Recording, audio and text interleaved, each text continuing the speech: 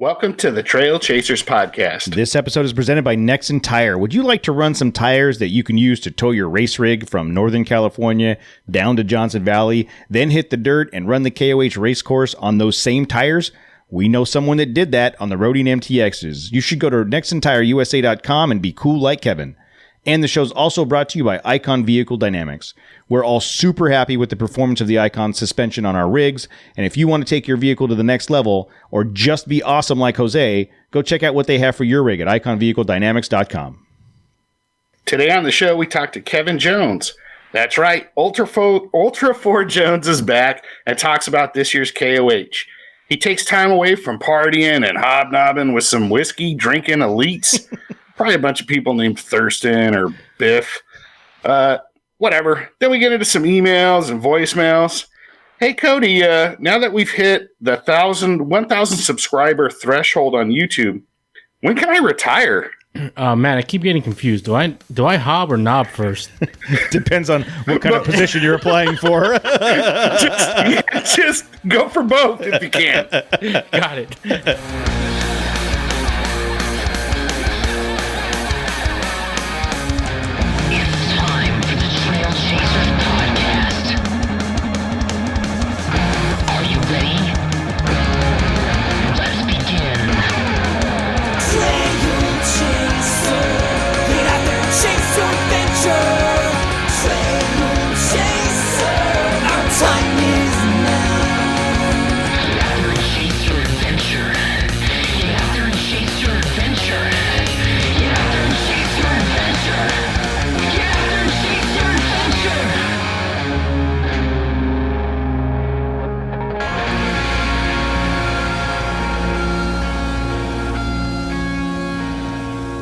All right, everybody, it's 6:30 Monday night, and coming to us from a whiskey distillery in the front of his truck is the one and only Ultra 4 Jones. Kevin Jones, how you doing tonight, man? I'm doing good. How are you guys? Good. Thank you for making time to join us. Appreciate it. Yeah, anytime for you guys. Dude, we just started. It's special occasion. You gotta go right. I gotta go hard. Is that because Kevin stole your thunder at the last time? You had to make sure he knew. Yeah, I think Jose just marked his territory right there. Like, this is mine. I was gonna try and beat him to it. I can't do that. Oh, how funny. So, Kevin, for those of you that don't know, go follow him on at Ultra 4 Jones on Instagram.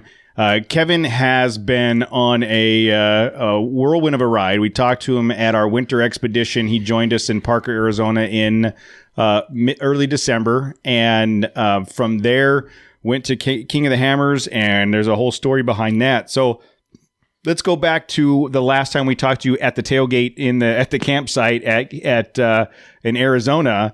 At that point, we were asking you how you were ever going to get all that stuff done to get the car ready.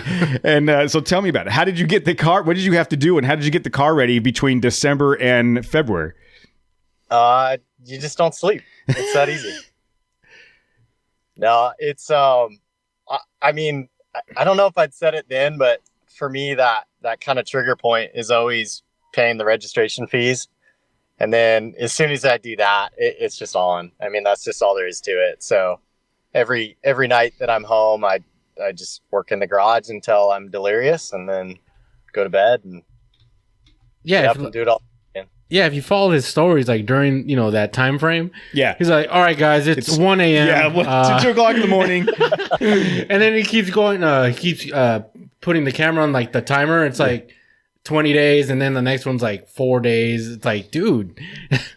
So you got I know that it was last minute. You were getting parts in and bolting parts on, and when did you get actually on the road to come down?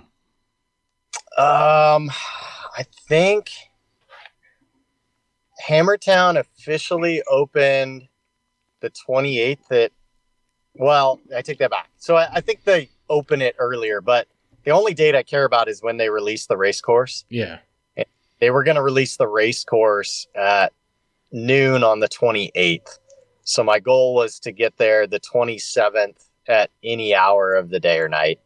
And I think we got there the 27th about midday, maybe early afternoon. When you say we, who all went with you?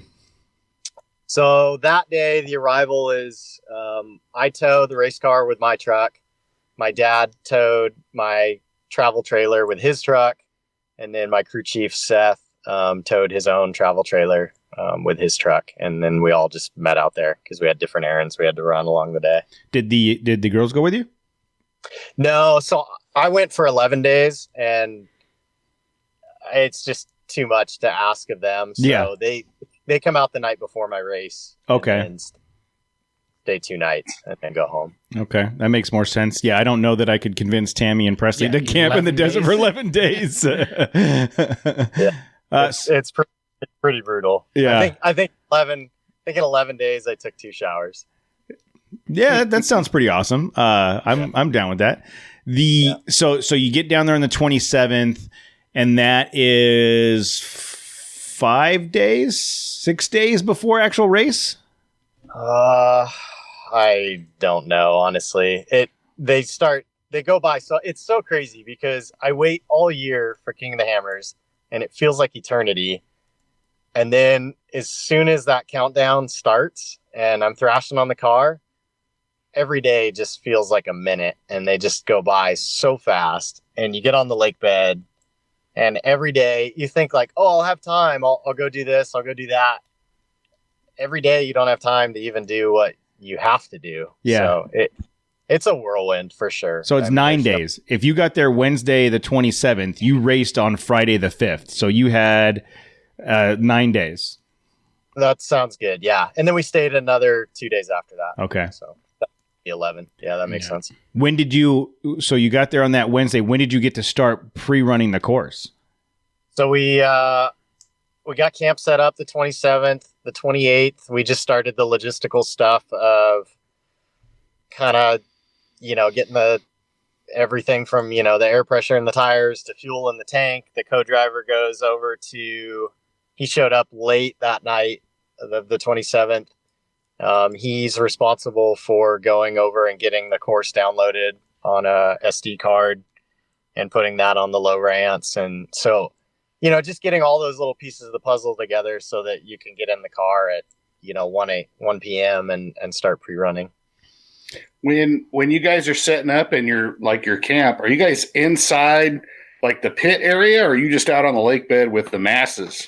We're straight up in Thunderdome, Matt. Oh, no, nice. So you're right there kicking it with Mel Gibson and Tina Turner. Front row. We got the leather. Nice. We got the leather and the spikes and the flamethrowers, and then you put all those back. You put all those away when the girls show up. Yeah. No, I like to buy the. I've camped inside and out of the chain link, and honestly, while racing, I think it's super beneficial to be inside the chain link because all your fellow racers or neighbors, they're so helpful when you need tools or advice or whatever. And it's really helpful to be close to the vendors and all the staff and stuff like that. So even though it costs a couple extra dollars and there's a couple confines that come with it, I really like being in the Hammertown. All right, so you get there 27th, 28th. You can actually do you guys literally go out onto the course the next day, the 28th? Yeah, so we jumped in the car. I think by the time we were in the car, it was probably 1 or 2 p.m. and we made it a whopping 2 miles before we got lost. How could you do that, dude? It's so easy to not get lost. I don't understand. Follow the blue line, just follow the blue line, dude. You want me to come out there and show you how to do it? Yeah. You'd fit right in with all the U-turns we had to make.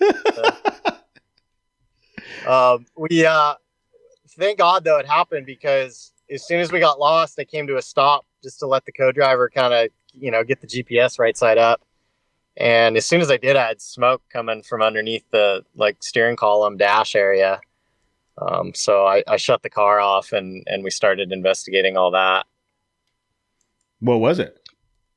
Turns out that my kick-ass new power steering pump was kicking too much ass and it was boiling the fluid. So, wow. Yeah, I just reached under and touched the orbital, which is like the hydraulic control valve behind the steering wheel, and it was several hundred degrees. I mean, it was instantly way too hot. Yeah, if someone reaches under and touches my orbital, they're going to find it's pretty hot too. Yeah. That's usually around the campfire when orbitals start smoking because of high fluid temps. Super dumb question, but can you strap on an external cooler Whoa. It's getting really dark there. could you put like like aluminum cooling fins and connect those to the power steering ram to help dissipate heat? Just put the E on this episode. Right from the gate. I'm talking Jose about Stone ramming power F-bomb. steering. That's it. Ramrods and orbital, whatever. It's getting hot. Yeah. It's crazy already. If you need some advice with strap-ons, I'm gonna have to. Perry says, "Well, that escalated quickly." Okay, so we'll talk later about how to dissipate heat from a thermonuclear perspective. So was it catastrophic? Did you have to rebuild or what? No, I mean, that's why I say, like, luckily we'd only gone 2 miles, so I don't think we'd done any real damage.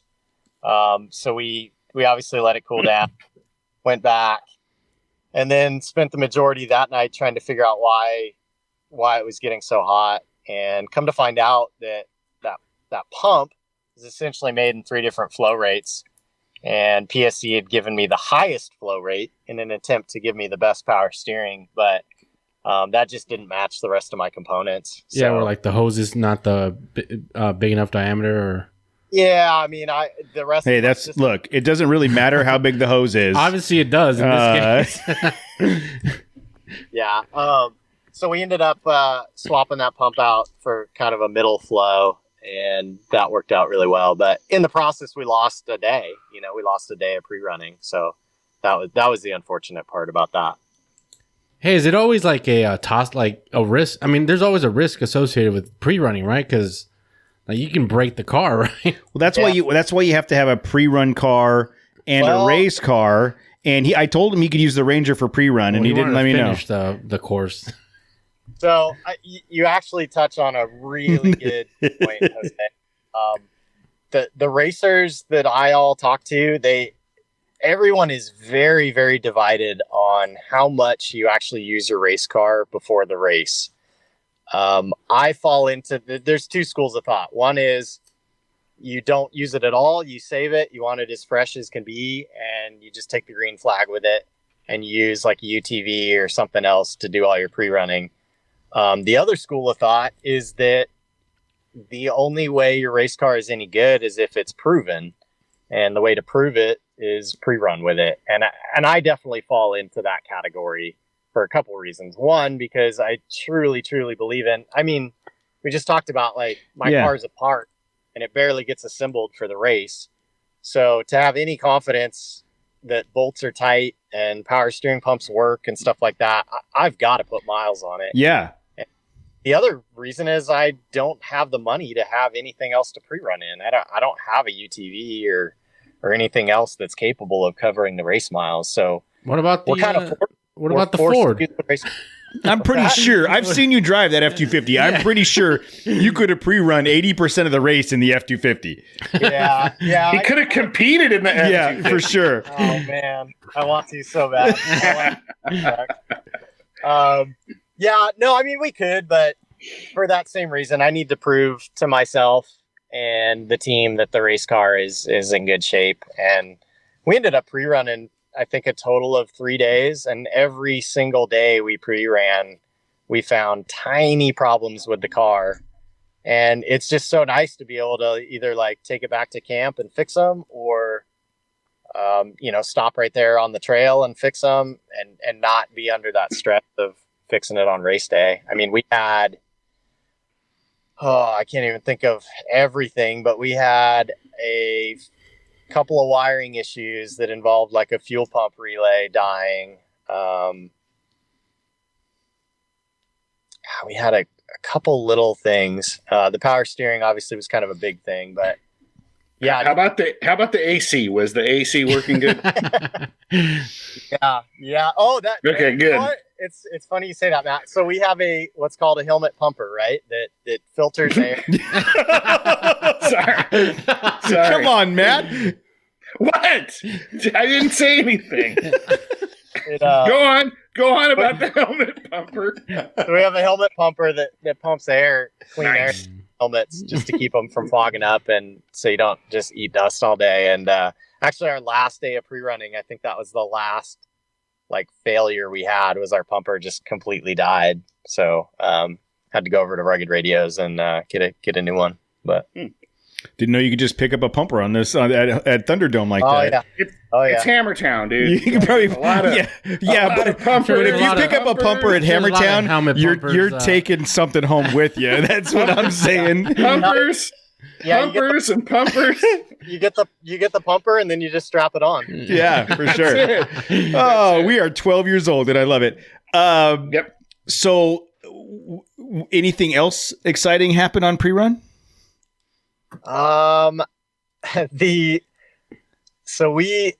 This was my very first time that I was going to qualify at an Ultra 4 race. My third Ultra 4 race, and my first time that I was actually going to get to qualify. So what that means is I get to race no matter what, but based on how fast you can run the 1.2 mile qualifying course is what starting position you get.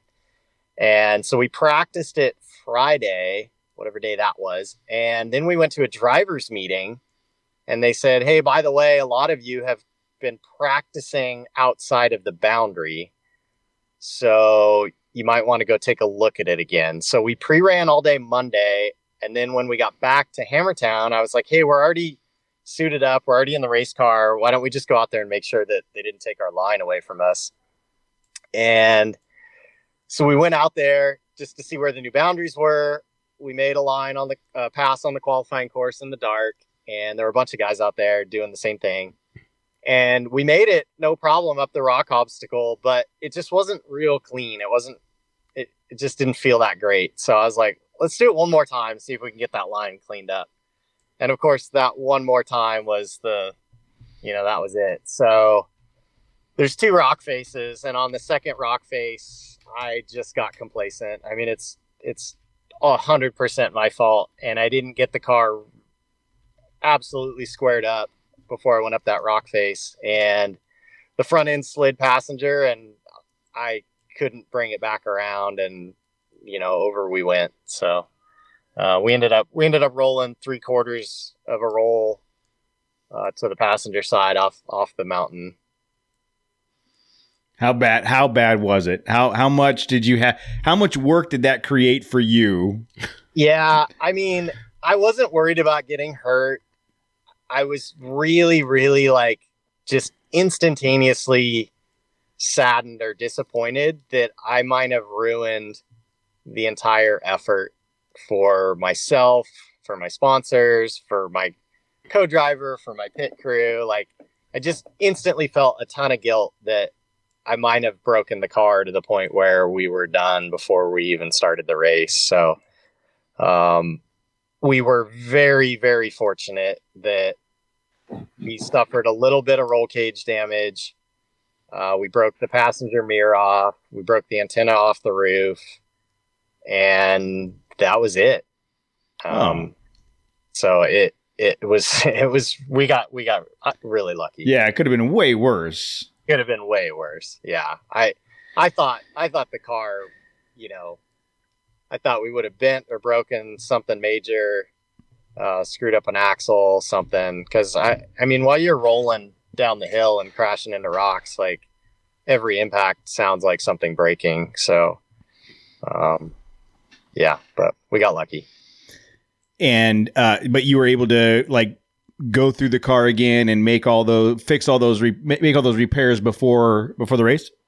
Yeah, the plan was to just do that quick little run, and then that night, that was Monday night of what they do, the shootout, which is usually a really good time. It's a really good party. So we were gonna park the race car and then go check out the shootout. But as soon as that happened, we got the car back into the pit tent, and nobody said anything, but I just kind of broke the silence by saying, I'm not going to the shootout. I'm staying right here and I'm working on the car. And I think everybody completely understood the mood I was in. And so nobody even said a word, and we all just got started, and we just took the car apart and jacked it up and put it up on jack stands and just started checking everything we possibly could just to make sure nothing was broken. And so well, what did you break after that? Yeah, it ended up, like I was saying, we dented the roll cage a little bit and then broke the passenger mirror off and the antenna, and that was it. So, but we took all the panels off the car. We took all the skid plates off. We put it up on jack stands and ran it in gear to make sure we didn't bend any wheels or axles. Yeah, that would be the scary part. Is if it just looked like cosmetic damage, you went, oh, it's fine, and you get halfway out and find that there was a fracture, a crack in one of the welds, or something was tweaked, and you know what I mean. So it's almost like you have to do a whole inspection all over again. Yeah. There's JB Weld for those cracks. If you find some cracks, and then it sounded like he could have just ran to the Pet Boys accessory aisle, some mirrors and antennas, and then grab yourself and those some little curb chrome feelers. vents. Yeah, those little chrome vents. Yeah. And then that silver trim that you put around every door and every panel. Yes. Yeah, for sure. Yes. You got to get doors just so you can put those on your race car. Dude, we should try to get Pet Boys to sponsor you next year, and we'll just do the whole thing in that silver trim. See how much crap out of that one singular aisle we can stick on the car. Yeah. That's the best. That's the whole aisle. That's my favorite. With air fresheners dangling with a off. big Manny Moe and Jack. Yeah. So let's talk about tires. So after we had a conversation at Winter Expedition, and you were still working on some tire stuff, and my understanding is you found a tire sponsor. Yeah. Thank you, Trailchasers, very much for suggesting I look into Nexen tires. Well, I mean, after you saw what the Ranger did in Arizona, right? You were like, dude, look at that Ranger. And if that Ranger can do that on those tires, I'm taking them to King of Hammers. Yeah, I mean, I didn't want to admit it, but I had a hard time keeping up. And I thought, liar, all right, dude. liar! You're on the show already, all right? Relax. No, it was cool. I ended up, thanks to you guys, talking to Nexen, and turned out there was a really good opportunity there for me to try out the Rodian MTX. So the stressful part was I already had a completely full plate, and now I had to add a new, variable or dynamic to my race program. So I won't lie, and I tell everybody this. I was really hesitant to make a change to a major component that close to KOH. Oh yeah, I mean you've done all your testing up to this point on a specific set of tires. You know what to expect. I can imagine that's a hard decision to make. Yeah, I definitely lost a lot of sleep leading up to that, but I mean, as soon as we had pre-ran one day, I knew that we were going to be just fine. And by the time we pre-ran 3 days and did qualifying, the tires were the last thing on my mind, like 100%, so. You said that you did lose one tire in pre-run though? Yeah. So I think I told you this off air. A portion of the course takes you through this sandy wash, and just like any river wash, there are rocks that stick up out of it. And I just completely boneheaded and just drove the car straight through this thing that looked like a freaking dinosaur tooth sticking out of the river bottom. And it took out a sidewall instantaneously. And I didn't want anybody to like second guess, so I actually stopped and like took a picture of the rock just so I could I could show people like no seriously, like this is what I hit. I mean, you might as well have been slicing meat on that rock, So No, after that, we never changed another tire on the car. So you and I had a conversation, but I'm not sure that I understood this. So you, on 3 of those tires, you did all of the pre-run, all of the qualifying, and the race on 3 tires? yeah, exactly. Oh, wow. Yeah. That's pretty awesome. And you only had to change the one that you cut in half.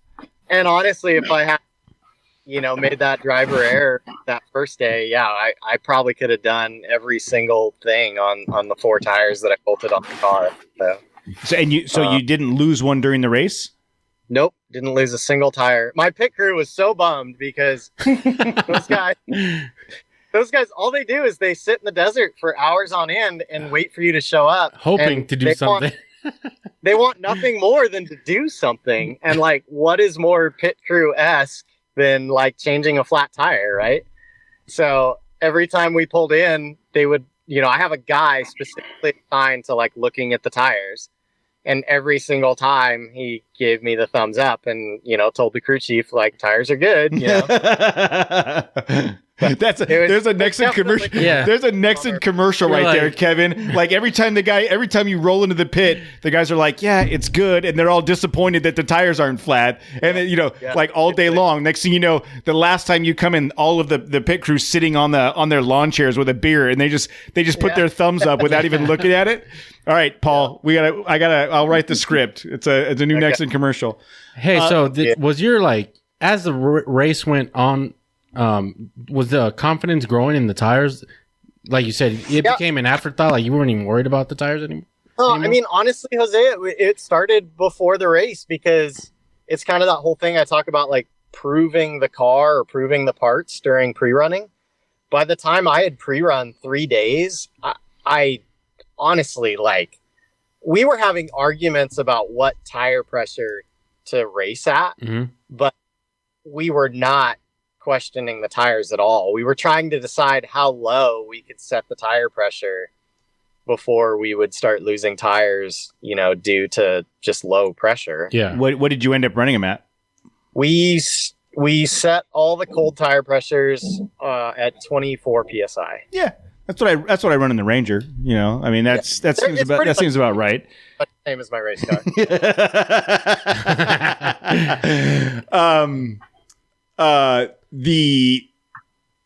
So I'm super glad that worked out the way it did. I mean, and I think the fact that you didn't have to think about the tires is a testament to the tires, because I watched on Friday since I was in quarantine. I had the free feed going on here, and there was tires blowing up everywhere. It was a tire graveyard, and like the whole time, every time I saw someone rolling in with a tire, I was like, I hope that's not Kevin. Please let that not be Kevin. Yeah, it was actually pretty cool to get the flat during pre-running, because my co-driver and we got out really excited and we're like, okay, let's try out our new, because I had made a mount for our electric impact, and we had a scissor jack mounted in the car. So we got to practice our little during the race flat tire change, and then we actually never did it for real. So it's a good thing. Those are really good problems to have.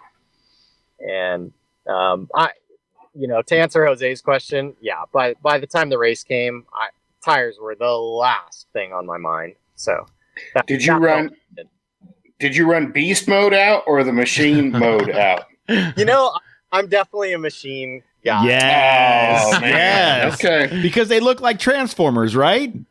Yeah. Yeah. See? I'm much more of a geometric shape person than I am a curve and kind of guy. So, but they're claws. They're like Velociraptor claws. Yeah. My daughters call them alligator. Yeah. Yeah. Okay. How are you going to use the alligator side? All right. Well, next year you can run the beast mode out. Well, you can do or you do one side beast mode. That's what Paul does. Paul on one side of Paul's truck, on one side of his truck it's beast, on the other side it's the machine. No, so what was funny was my dad. My dad is a rock star. Like he, I think he hates working on the race car, but he just loves the thought that he can help me.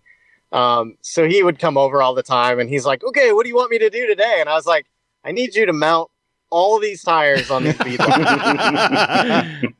And he was so bummed, but I was like, I just need one guy to do it. I need the quality control to be there. I just need you to like just do them all and do them all exactly the same and make them perfect and get every beadlock bolt torqued. And I gave him kind of a class on like how I wanted them.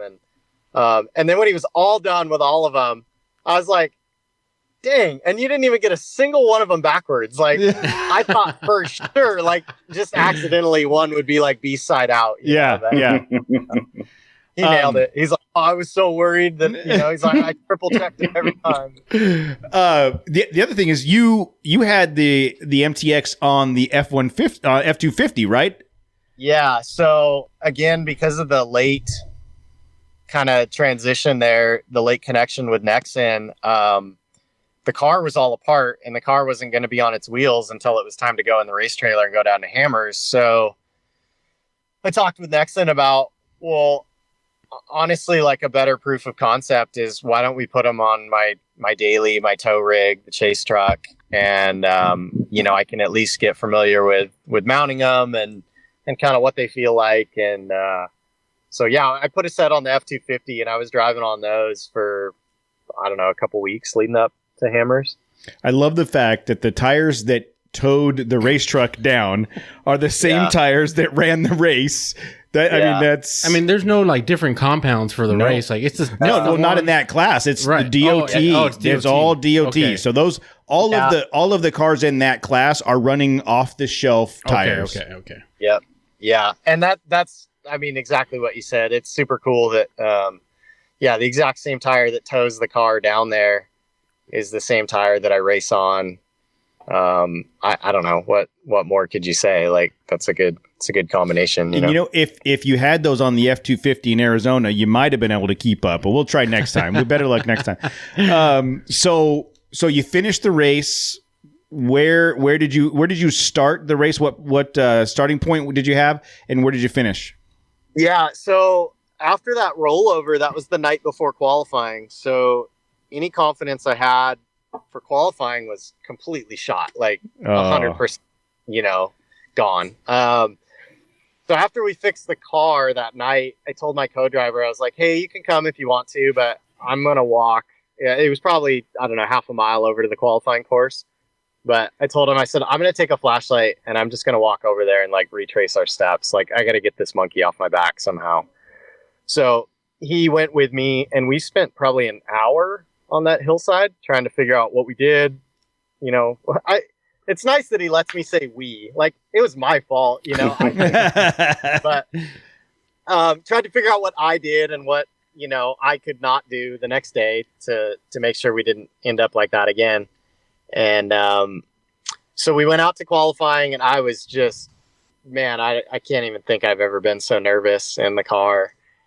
And we ended up qualifying pretty good for, kind of cold turkey after that situation. So we ended up starting 38 out of 134 cars. Damn. Nice. But the problem was when we got in the desert, which is all of lap one, we just got smoked. Like my car, no joke, no excuses. It's an early rock crawler with, race car number plates on it. So it doesn't do that well in the high speed desert. And the faster it gets and the rougher it gets, the more my rock crawler, suffers. So we got smoked pretty bad in the desert. And I was honestly getting pretty dejected about that because more cars were going by us than we were going by them. So as we finished lap one, I think we'd lost probably like 10 positions. And then we got into the rocks and just started doing our thing. Like, I mean, I feel really good in the rocks. My co-driver is we're so good together now. We speak the same language. We'd pre-ran every rock trail except for Jackhammer. So, we knew all of our lines and we just started hitting everything. And we had to make accommodations because, those big fast cars that blew by us in the desert were now, a mess in the rocks. Yeah, they're now more roadblocks and obstacles, right? Yeah, for sure. So we just started picking them off, and I checked in at one point. I think we were sitting in a traffic jam, and I had good radio reception with actually Jason from Wheel and Wine and Whiskey, and I was like, "Hey man, how we doing?" And he kind of like, I don't know, he didn't understand my question or something like that, and I got really impatient, and I very clearly like cursed on the radio and just said, what effing position are we in? And he said we were in 25th, and like when he said that, I knew like, okay, we're still in the race. Yeah, like we can do this. To be fair, he was probably balls deep in Old Elk. Yeah. He was soft. He's like, who dis? Yeah. New radio. Balls deep. New radio, Yeah. who dis? In whiskey? Yeah, and whiskey. So, yeah. Then I like to drink mine. am I doing it wrong? You don't. That's what I'm saying. I don't know. I gotta ask Jason, dude. I gotta pay more attention to their podcast, I guess. Well, I would think the whiskey glass would be a little bit wider than it is, but whatever. Like a bucket. Well, you know what Billy was saying in Rocklander, right? About the bucket. It's like all of a sudden that hole's too small. That's right. That's for a different use. You don't want to mix. You don't want to mix that bucket with your whiskey bucket. Definitely don't. We're gonna roll up to camp next time, and Kevin's just gonna have like 6 different Home Depot buckets out in front of his tent, and you're gonna have to pick which one. Yeah. Like you have to guess. You got to have your Lowe's bucket for your whiskey bucket, so it's blue, and you just make sure you don't confuse them. Yeah, you don't want to mix those up. Or you do. I don't know. Whatever. Whatever you're into, man. All right, so you find yourself in 25th. Yeah, so the update was we were in 25th, and we still had a lot of rock trails still to go, and a lot of tough miles. So I kind of felt reinvigorated, and like things were starting to go our way and favor our tenacity. So we just kept doing what we know how to do, and I honestly, when we got to the finish line, I had no idea what position we were in. I was just so happy. It is such a long day. I cannot describe to people what a long day it is. And when we got to the finish line, I was, at that moment, I didn't even care what position I was in. I was just so happy that it was over, I mean, finishing the race itself is a major accomplishment. Just finishing, yeah. Yeah, and that's what, like I'd kind of touched upon probably before, was like I finished last year and I didn't want to just keep going and keep finishing. I want to do better every year. And so my goal that I set for myself this year was top 10. And we ended up 11th in class with a 14th overall. So I fell 10 minutes short of getting 10th place. And you can always go back and Monday morning the thing and been like, we could have saved a couple minutes here and a couple minutes there. But you know what? Every racer on the racetrack has those feelings. Yeah. And has those. So everybody's race day is what it is. And, the chips fall where they fall. So, well, dude, that's a pretty significant that you started at, you rolled the car the night before, started at 38th and finished at 11th. That's a pretty significant accomplishment, man. Yeah, it felt really good. It felt good. Where did you finish last year? We got 19th in class, 26th overall last year. Okay. So next year, so you came up by 8 this year. So next year you'll be second or third? You'll podium next year for sure. Mathematically speaking. Yeah. Like I talked about, we got our butt kicked in the desert. No question in my mind, I'm building a new chassis this year. I can't continue to race my ancient rock crawler if I expect to get on the podium. So how does that affect? Sorry to cut you off, but how does that affect your class? Would you still be able to race in the legacy class, or would you have to go to a different class? Yeah, no. The rules for Legends are front engine, solid front axle, single shock per corner, 2 seats, and 37-inch DOT tires. Okay. So what I'm basically talking about doing is stretching the wheelbase a couple of inches, making the car a couple inches wider at the chassis, but not at the axles, and then getting everything much, much lower in the car, getting our center of gravity a lot lower. My car is very tall and skinny right now. So I'm going to try and get it a lot lower, a lot more stable, add a front sway bar, and, probably do more shock tuning and stuff. And if we could get like 10, 15 miles an hour in the desert, I think we could get it done. I mean, excuse my ignorance, but like, could you just do like a powertrain swap, like to the chassis you got now, or would it be like too much re-engineering? No, it's a good question. A lot of people, when I was making the comment online that we need more speed in the desert, a lot of people misunderstood that as like I need more horsepower. And truth be told, in the desert, I'm only driving the car at like third throttle, maybe half.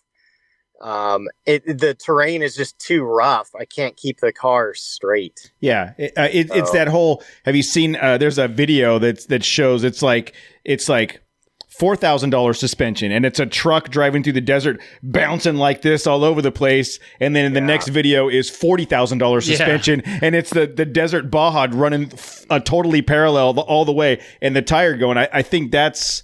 You're talking about stretching it out so you can hit that rough terrain at a much faster pace, right? Yeah. I need to straddle the whoops a little bit better. We need the car not to pitch and yaw and buck as bad as it does. Because we end up in situations where I'm pulling the seat cushion up between my cheeks, and my co-driver, who's absolutely nuts, is over there just yelling like, "Yeah, buddy!"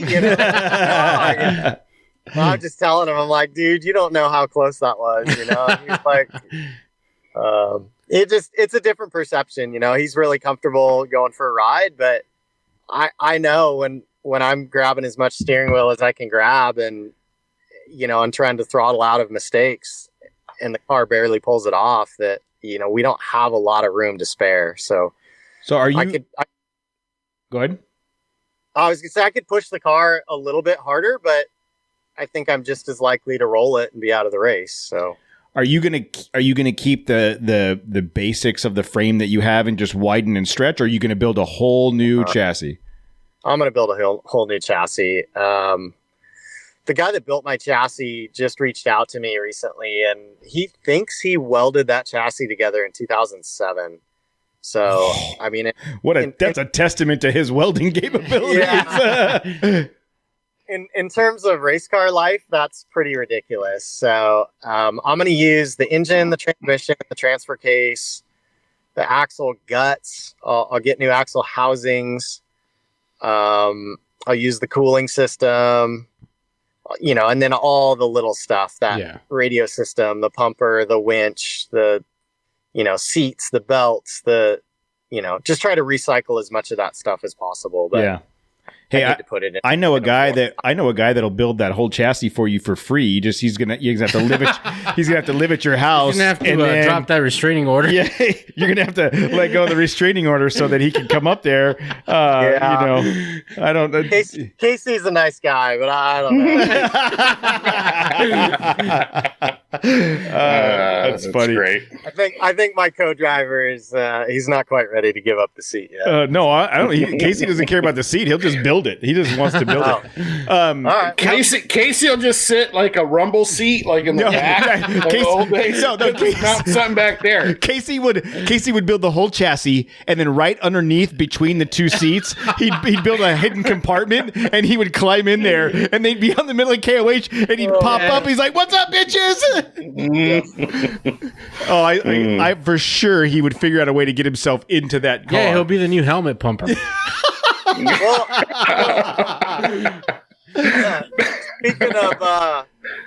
speaking of getting into the car, so when I was with you guys at Winter Expedition, I was trying to hit 2,000 followers, right? Yeah. And I wanted to do some ride giveaways. Well, right after I got home from Hammers, I hit 2,000. So right now I'm trying to figure out probably the legal side of giving people a ride in the car without, losing my house and I'm assets. sure a good old handshake would suffice. Yeah. yeah, I'm sure. You're not going to sue me, right? I just okay, get in. So I'm working on that right now, but definitely coming up is going to be an opportunity for some people to get in the car. That's awesome. So I'm pretty excited about that. Yeah, that'll be very cool. I'll just take riding in the truck. The truck seems pretty awesome in Arizona. The truck's definitely more comfortable. Well, let us know. Shoehorning yourself into the race car is kind of brutal. Let us know when that happens, and we want to be there to film that. I want to participate in that somehow. Yeah, especially if you guys didn't come out to Hammers. I mean, we got to get you out there. Yeah, I think let's not rub that in. That hurt. Not being there hurt. Yeah. How long do you think it's going to take you to build that chassis? My plan is, so my last scheduled race this year is in August.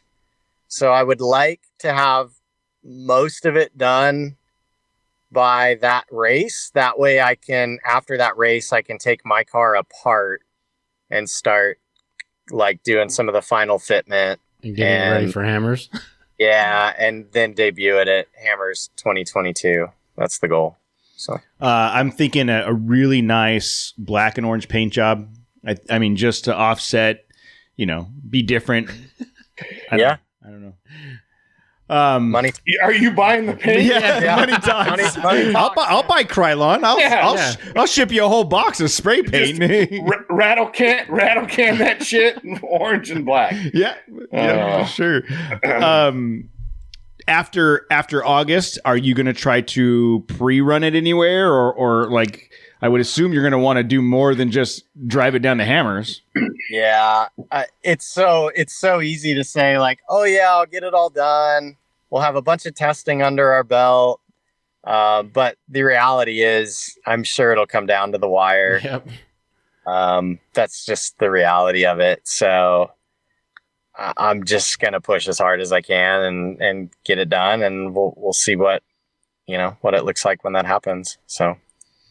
I look at a lot of these other racers, and I'm definitely jealous of whatever they've got going on, that they can work on their car every single day. Cause I don't get to do that. I have to, I get a couple days a week, I get a couple nights here and there. And then when it's crunch time, I just push everything else off my plate, and the honeydews pile up, and, I go all race car, but throughout the year, I have to stay married, and I have to stay engaged with my. Yeah. And I think that what's interesting is that there's almost like two King of Hammers events. There's the Shannon Campbell, Lauren Healy version of King of the Hammers with the corporate sponsorships and the 3 vehicles and like a support truck. The whole the NASCAR version of King of Hammers, right? Which I think is a small percentage of the people out there, and then the rest of it is the guys like you working all year, putting your own money into it, like doing it for the love and battling your way through this whole event and sacrificing so much to get there. Like, I don't know that there's anybody in between there. It seems like it's either one or the other. Yeah, no, I feel like you're spot on. I mean, I've met, like this year at Hammers, I probably knew twice as many racers as I did last year. And I really feel like that's 100% true. And those of us kind of that truly fit the everyman challenge moniker, I feel a lot of us fit into that same box of, we've got day jobs, and we're just maxing out our credit cards in our garages trying to, live this dream. Mm-hmm. So, it's cool. And to the guys that have the money and the ability to do it at that next level, like, granola bars to them. Yeah, for sure. Yeah, no, I'm not taking anything away from them, and I know like some of the story of Shannon Campbell and what he did to get there. Like it's not that they didn't earn that. It's just that it I think perception is that it's that every guy racing out there has a full race truck. And a whole team behind them, and like I would think so. I would think that a lot of people just think, oh well, there's money in there. Yeah, there is, but it's the money that you guys are putting in yourself, not somebody else. Yeah, no, I mean I take a ton of pride in the fact that my 2007 race car, every time it passes a car that, costs six figures, I take a lot of joy in that, because I think it's a testament to how hard I work and to all the effort I put in, and the people that are behind me. And, it's fun. It's fun to beat the big dollar guys. So. I bet. So going forward into the next race season, the rest of this race season are those Rodian MTXs going to stay on that truck?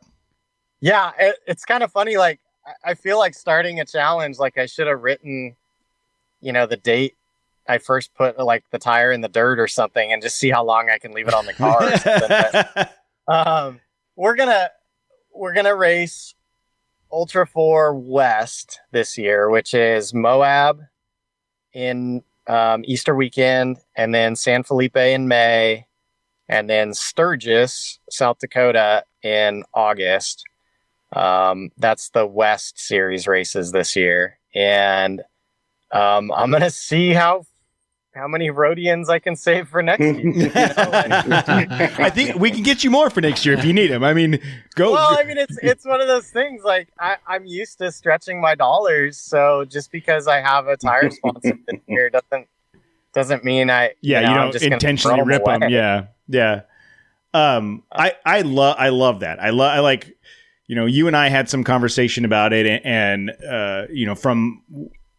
we talk about those tires all the time, and we talk about them, about how much we love them and trust them, and how good they are, and how much they, how much we've beat on them and they've survived. And I think a lot of people might hear that and think, oh, we're just talking about it because they sponsor the show. No, they wouldn't be sponsors of the show if we didn't fully believe all of those things. And I love the fact that you took a chance on them and it worked out. Well, and I would be a liar, Cody, if I didn't say I was one of those listeners that was like, oh, I'm sure those tires are so good. And I was like, well, of course you guys are going to rave about them. They're paying the show bills and they're putting them on your truck or whatever, but are they paying the show bills? Paul, where do I send the show bills, Paul? Please let me know where those go to. Kevin said you're paying from now on. But I mean, I was that guy. I was that listener. You guys know I'm not just somebody that only listens to the episode I'm on. I listen to every episode of yours. And I was very, very doubtful, and I'm not too embarrassed to say that, like, I was wrong. Like, they're good tires. So. Well, no, just the fact that, like you were saying earlier, like everyone has their tried and true formula and they don't stray away from it. The fact that, dude, the tires are like all that hard work that goes into the truck, the tires transfer all that hard work to the ground. Like that's like the one thing you don't want to change if you found something that works for you and you changed it last minute. That was beautiful, Jose. You should write poetry. That was a haiku. All that hard work Hallmark is transferred to the ground. And I did, I did my due diligence, and I talked to the guys at True North Racing before I made the decision, and they were like, no, like seriously, like they're good tires. And I'm like, come on, you can tell me. Like, and they were like, no, seriously, like they're good tires. So I have no doubts now. I'll be loyal to Nexen as long as they're loyal to me. So, But you had your doubts because they were Canadian. You're like, I don't know about these Canadians. Do the tires spin differently up there? I don't understand. Yeah, exactly. It's like they swirls backwards. What's happening? No, those guys are cool. What was that stuff they said they drive or race some kind of muck. The muck. I had to look it up or something. Yeah, it's like, muskeg. Yeah, muskeg. Muskeg. We have a good kind of muskeg down here. Yeah. Well, look, man, I'm super happy that it went as well as it did, that everything worked out, that you and Paul got to connect, and I think there's really, really good opportunities for both of you there, and as long as that works out well to the benefit of both of you, I'm sure that relationship will keep going. We are huge fans of yours, and we love hanging out with you. We're hoping you join us on the next expedition, whatever that happens to be. And when you find your way back down this way to do any testing, you let us know. We'll come out and hang out, and we'll I'll see if you can keep up with the Ranger with the new chassis. Yeah, we'll for sure on whatever that follower ride day thing looks like. I'll let you guys know. And then where do you think you're going to do that? I gotta think Johnson Valley is the place to do it. But I mean, I'll try to. Maybe I could offer like 2 locations in case there's. No, just do Johnson Valley. Come down. We'll do like a Thursday, Friday, Saturday, Sunday deal. Yeah. We'll get the guys from Wheeling Wine and Whiskey. We'll go out and let's do it like after everybody's been vaccinated and the world. I don't know. Jose and I are pretty covered at this point. But we'll have. Ideally in my head, what I'd really like to do is be able to take over the course of a weekend, maybe like a dozen people. Obviously one at a time, but take them on a mini race course to where we bomb some desert and then we hit a couple rock trails and everybody gets, a loop. Casey's gonna sabotage that drawing. Right? Yeah. Well, you talk about bombing the desert. I would like to line up your car with the Frontier and the Ranger and see how we do, because based on the way you talk about it, I think Matt can outrun you in the desert. Hey, what about the Land Cruiser? Is the Land Cruiser not fast enough? No. Yeah. I'll finish the race. I'm only quarter throttle when I'm going across the desert in the Frontier, so I got a lot more. Yeah. And then I hope if your guys' Mojave is Memorial Day weekend or something, Mallory and I, we had a blast with you guys at Winter Expedition. I really look forward to doing something like that in the future with you guys again. Yep. So. We as of right now, I mean that's Mojave's kind of like a standing Memorial Day weekend. It's like our families know we're not going to be home that weekend. That's what we're doing. So unless something changes, that's the plan. Yeah, right on. That sounds good. All right, dude. Well, get back into your get back into your whiskey party and on a Monday night. I don't know what kind of life you live, but it's a school night for us. Get back into your whiskey party. Thank you so much for coming on, dude, and we are looking forward to hanging out with you again soon. Right on. Thank you, guys. Have a good night. Thanks, man. Hey, are you looking to upgrade your PC, whether it be for gaming or for video production or whatever your needs are? Go to evga.com and check out their products. They make top-of-the-line graphics cards, power supplies, gaming keyboards, audio cards, cooling systems, accessories, cases, motherboards, you name it, they've got what you need to build a PC. They've stepped up and helped us build a really solid machine for the streaming that we've been doing on YouTube. And if it wasn't for these guys, we'd still be fumbling around trying to figure it out. Please support them. Go to evga.com. At checkout, use the code Trailchasers, and you can get up to 10% off anything you purchase. So go to evga.com, use the checkout code Trailchasers to get a discount. Thanks, EVGA. You're listening to a 4x4 Radio Network podcast. The Trailchasers podcast is a member of the 4x4 Radio Network. If you want more off-road shenanigans in your ear holes, go to 4x4radionetwork.com to hear episodes of the Jeep Talk Show, the 4x4 podcast, the Center Steer podcast, and On the Trail with Kevin and Scott. All right, thanks to Kevin for joining us. Again, I'm super stoked that the the Nexen thing worked out for him, and that I mean that's like I wasn't joking. Like the idea that the tires he towed his vehicle down are the same tires he ran King of Hammers. That's a serious vote of confidence for those things, at least in my mind. I don't know what. You know what? Oh, so go ahead, Matt. I was just going to say it is. We've been touting the tires for almost 2 years now, right? That we've been running them, and it does feel like his performance in KOH with him validates at least, our opinion, because it could have been horrible. What if he just had like 4 just blowouts? nothing? He's running on rims, and he's got to go send somebody to town to buy some tires. That would have been the worst. But to have him run them, number one, is awesome, and then to put that, put them to the test, and maybe you'll see more people running them next year. That's exactly what I was about to say. I'm like, dude, people have to have been like Nexen tire, like what is that? And then they see that he finished 11th. They're gonna check the specs on his car, and they're gonna look into these. There has to be at least one person that's gonna do that, right? I mean, I would assume. Yeah. And I've got a couple of screenshots of him. He had the Nexen tire logo on the side of his truck. I got a couple of screenshots on him from the free feed. Like, it was a pretty good shot of the side of the truck with the Nexen logo on it. So I was gonna say he could have finished better if he had beast mode out. Yeah, I don't think so. I think machine mode's the right way to go. It's you got to be machine. It's methodical. You got to be smart.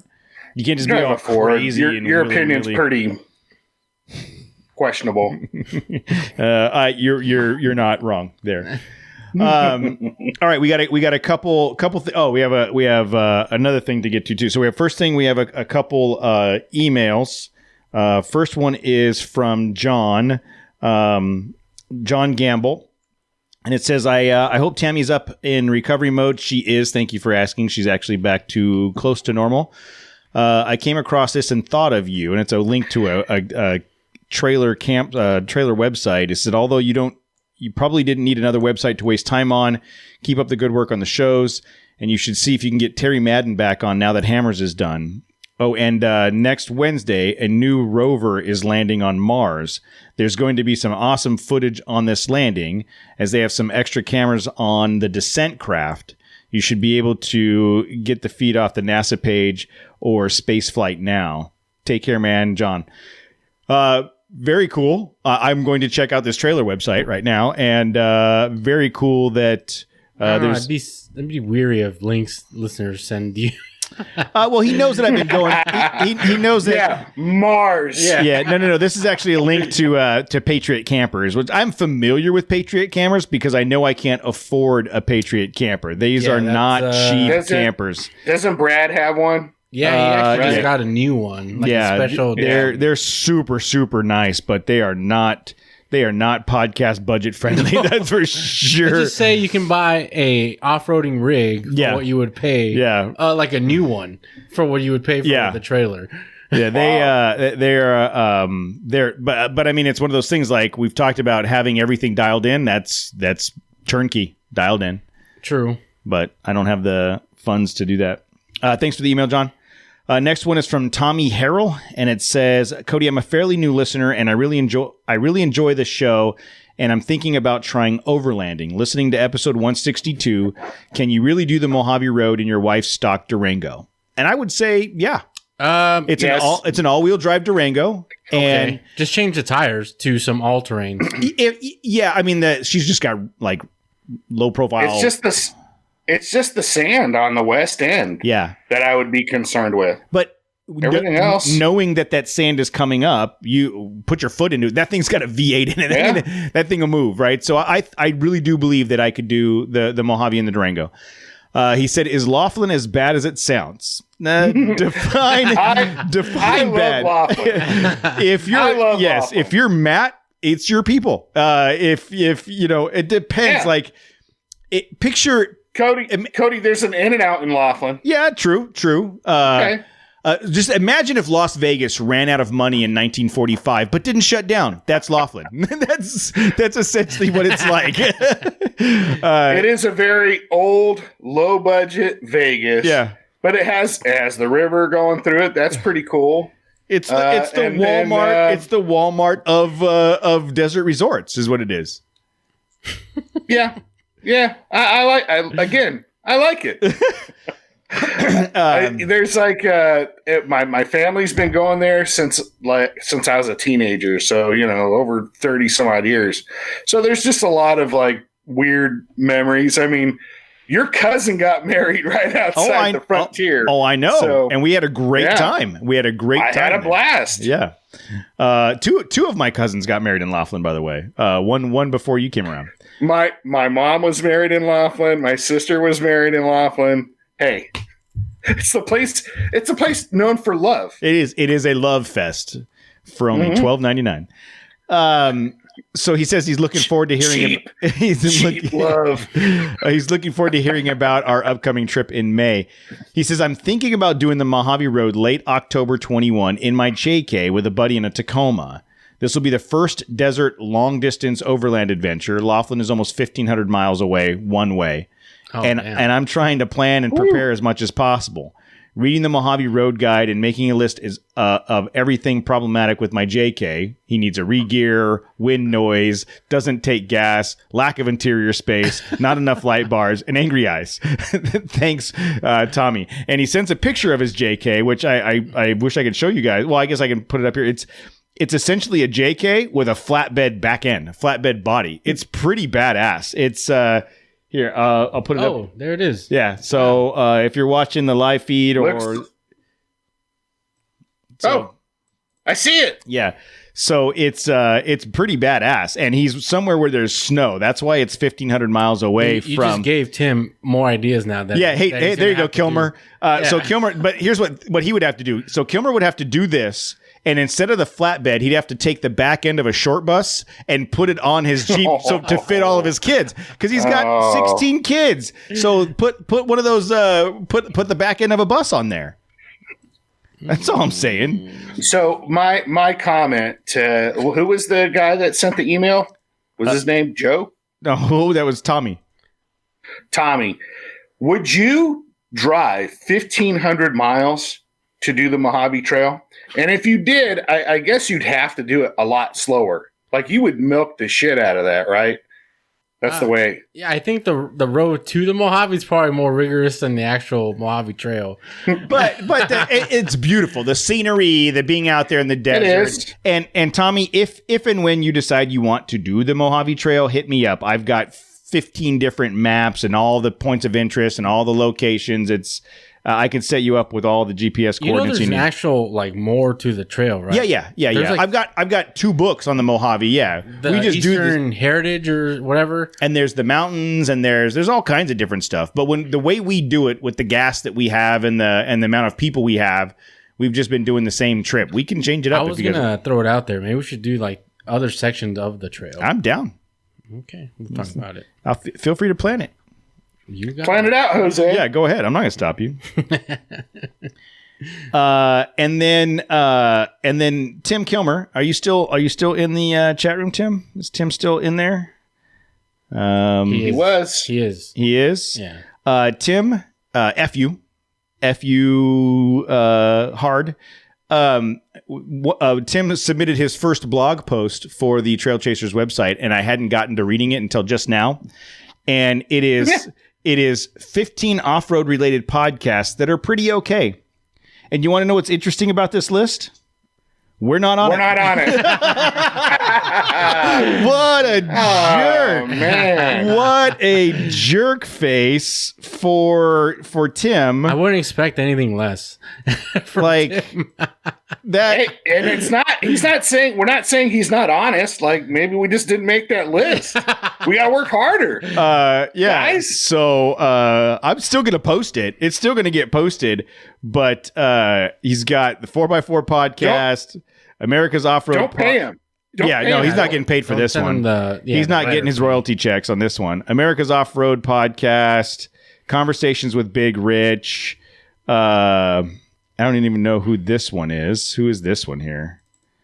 It would be funny if there was like podcasts that don't even have anything to do with off-roading. Yeah. And we still didn't even make the 15 most okayest off-road. He's got Jeep Talk Show. He's got Joe Rogan on there. Mike and Max's Off-Road Podcast. The New Legend Podcast. Northwest Jeep Cast. The Off-Road Podcast.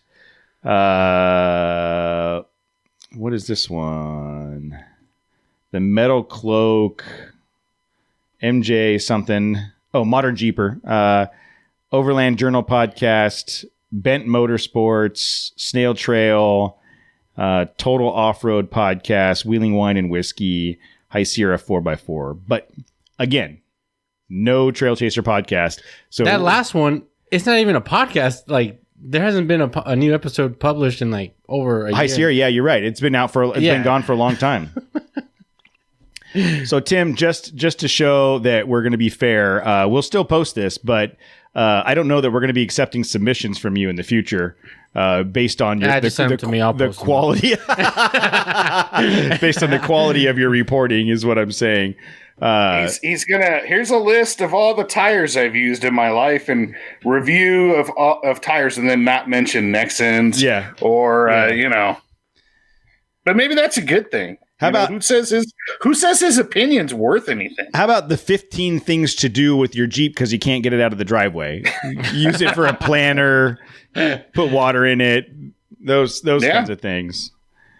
So maybe take put some foam around some of the bars and stuff. It could be like a jungle gym for your kids. Oh yeah, parkour. You could have a slide come off, like maybe the hood and then down around the backside, I got some ideas. You put some of the rubber mats around it so kids don't get hurt. Yep. Safety's important.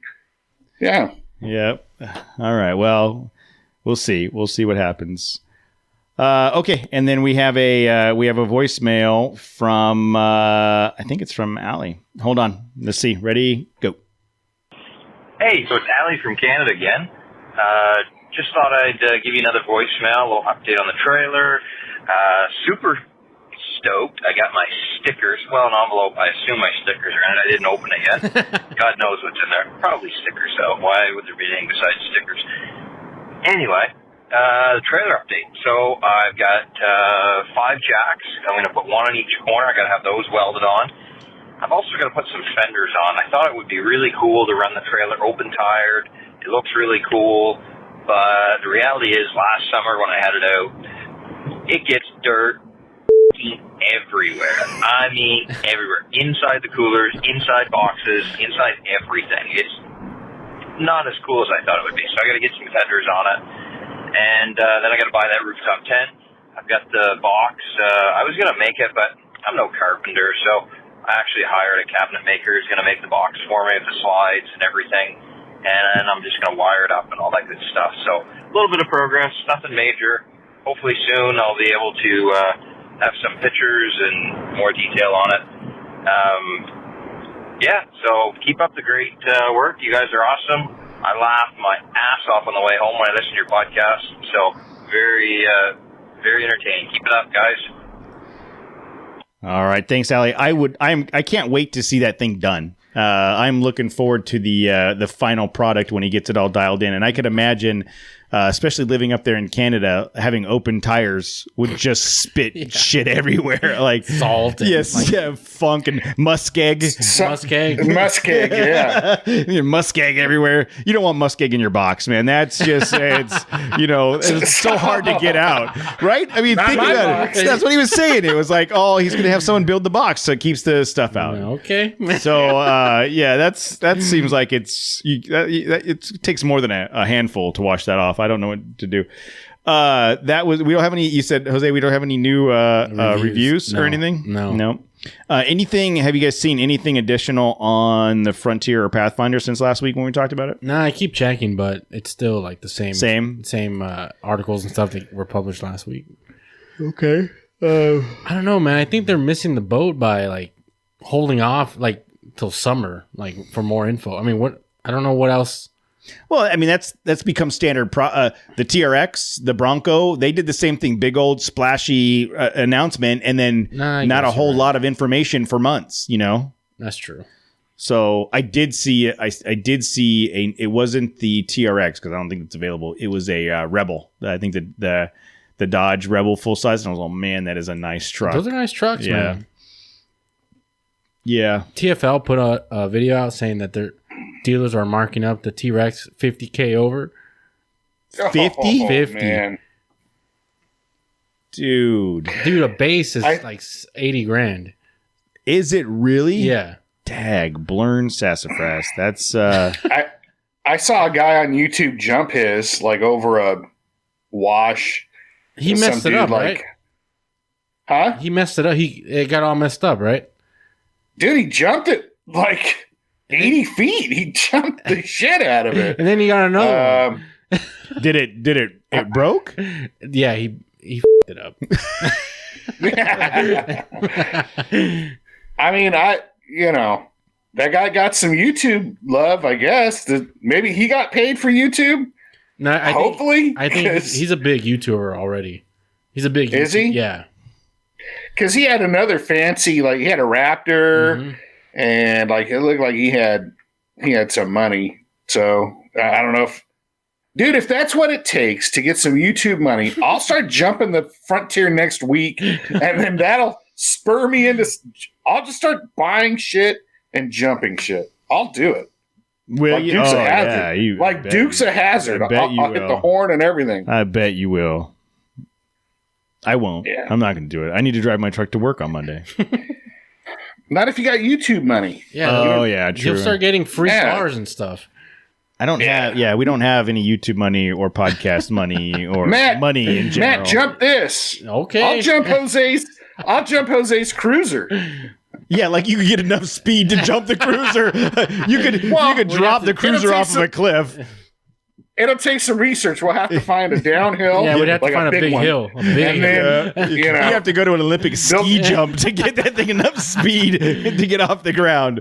You'll have to build a giant ramp made out of like something super strong because that thing's probably a tank. But yeah, I'll jump it. Let's do it. Let's do it. Let's do it. All right, what else? Anything else exciting going on in the world of off-road stuff? No. I just need that Frontier to come. That way I can look at it in person. All right. Okay. Oh, man. So Jose and I have had some offline conversation about potentially vehicle purchases in the next 3 months. Damn options, dude. It's too many options. Yeah, but I mean that's not a bad thing. No, there's not, because they're not all 4-wheel drive options, right? Like they're cars in my options too. Yeah, but that's dumb. That's just a bad decision on your part. I mean, look, if you want to go Honda CRX from 1989 to relive your high school years, that's cool. You do that, but It's a Civic Type R, not a CRX. Seriously, it's the same car. No. It's the same car. No, the Type R has a bigger wing. All right, Fast and Furious. Yep. But I mean, what do you want? Do you want a commuter? Do you want a truck? Do you want an SUV? That's the thing. I kind of wanted to do everything, and there's no car that does that except for the Ford Ranger. No, I thought you were going to say the Frontier.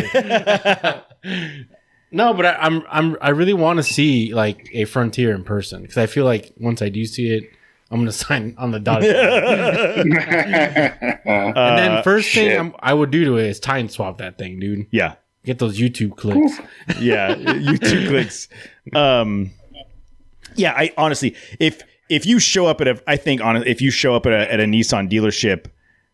I live by one. Like if you show up at a Nissan, if you sit your butt in the seat of a Frontier, you are going to buy it. It's over. Yeah, it's over. Because think about it, you're going from a 1978 Toyota Land Cruiser with a JBL boombox as your stereo system. Look, at this point, anything's a win. That's what I'm saying. You're going to sit in there and you're going to think it's built by NASA. You're going to be like, "Does this take me to Mars?" I'm like, wait, it has CarPlay. I did see something this week about Nissan negotiating with Apple, I guess, about self-driving programs, or like they were going to coordinate together on, creating a self-driving car or something like that.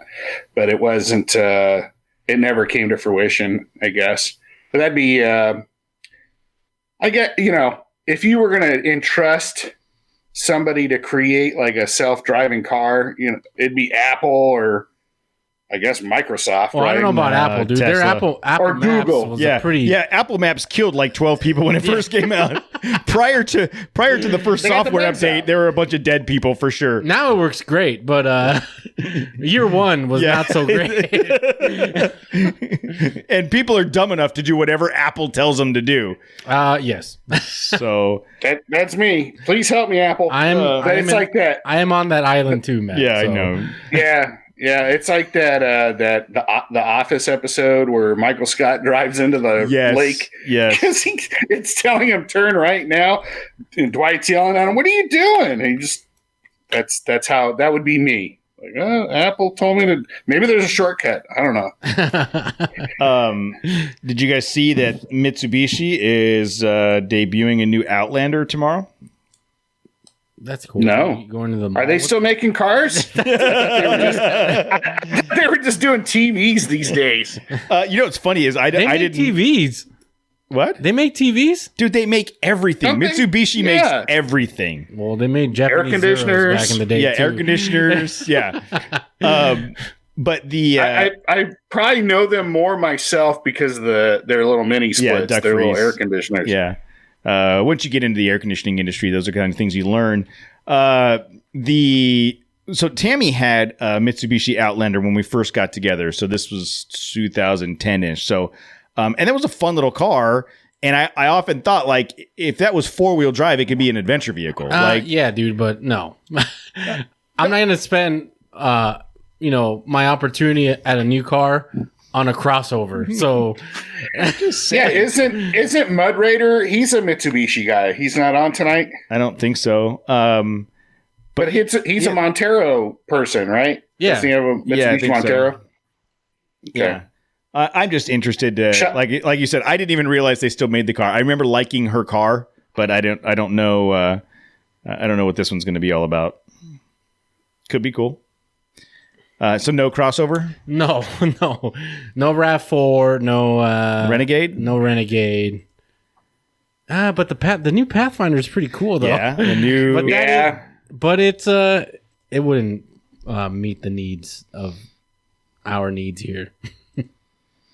Truck? You want a truck or an SUV? Why is the Bronco not on this list? Because it's a Ford. But it's not the F-150, and that was a long time ago. I think you need to get over it. No, and then do you still have your reservation in? Yeah. You do? Yeah. Oh, I canceled mine. Did you already? Yeah. Oh, yeah, dude. No. And dude, I'm dumb because apparently you could sell those things. The reservation? Yeah. Oh. Yeah. But anyways, no SUV. It's like I don't want another SUV because I have the Cruiser already. But So you're going to keep the Cruiser? yeah. So that's why like another 4-wheel drive vehicle or other options are on the table, not just 4-wheel drive. Yeah, but you don't have a truck, so you could. But I don't have a truck. You could get the Pathfinder. I mean, I'm sorry. You can get the Frontier. Yes. And have a truck as your Yes. daily. Yes. And long haul off roader, like overland off roader, and the Cruiser, your weekend bomber. And that's And- more the direction I'm leaning. And we towards. take the Cruiser and we gut it. We gut it. We put a roll cage in it. Put a radio and in it? we KOH that shit. Oh, dude, it would never finish, bro. The desert in the desert section, You don't have to go fast. dude. Kevin Jones is getting passed by on the. Yeah, he but, has like but he was trying to win. We were just we're just trying to to do it. Yeah, we'll take turns in it and follow the course in the Cruiser. yeah, like Adam said, we'd have to LS swap that thing, dude. Then you can't run it in the Everyman at that point. You can. It has to be stock Yeah, drivetrain. yeah. Dude, but on what? Well, on. So no, if you're running the stock class, yes, it has to be. I'm thinking stock class because you don't have to spend as much money. Dude, if we enter the Everyman Challenge in the Cruiser, we're going nowhere fast. So I tried to convince Tammy the other day that I could get a Bronco, and then we would two-body the Ranger and race that in KOH, and it didn't go over quite as well as I had hoped. It didn't quite hit. I did my best as possible to sell her on how cool it would be, and for some reason she didn't have the same level of enthusiasm as I did. I mean, because there is a stock class, right? Like 30. Like what's the 4600 class? Okay, so stock motor, stock drivetrain, 1 dot tires, 1 shock at each corner, and I think only off-the-shelf suspension.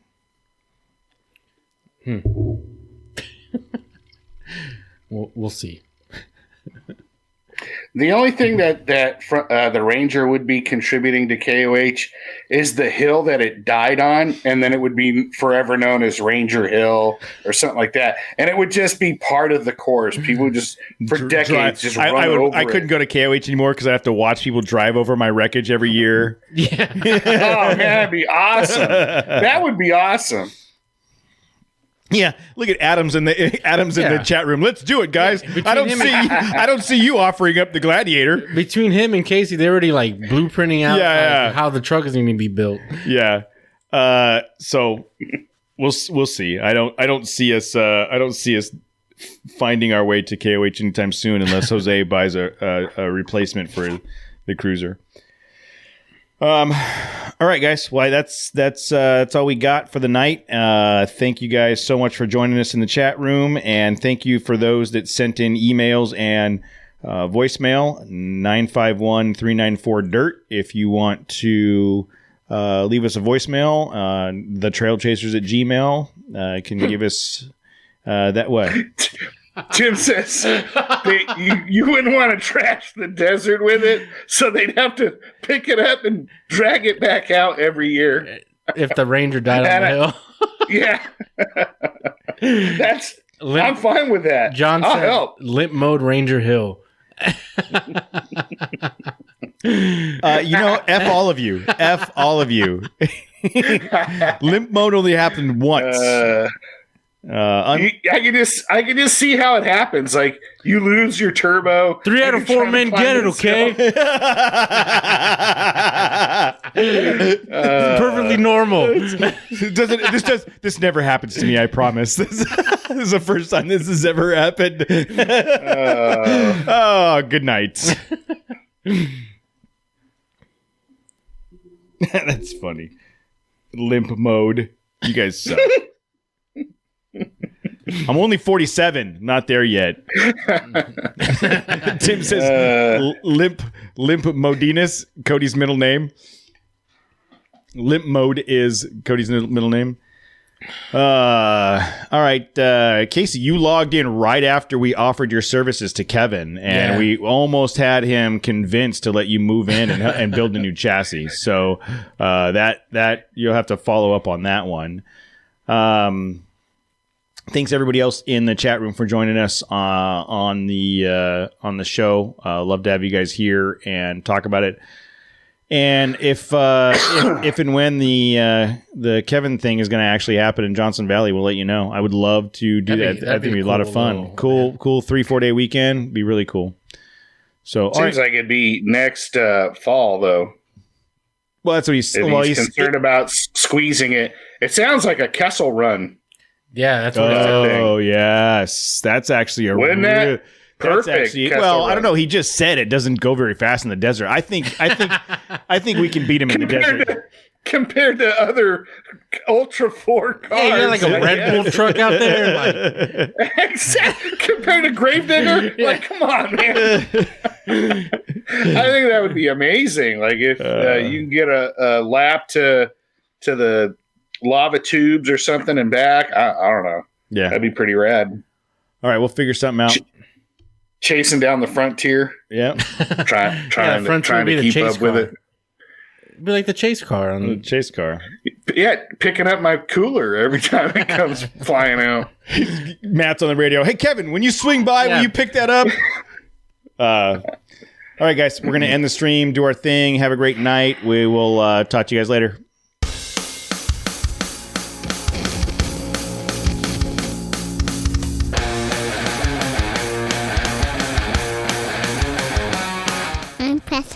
And thank you for listening.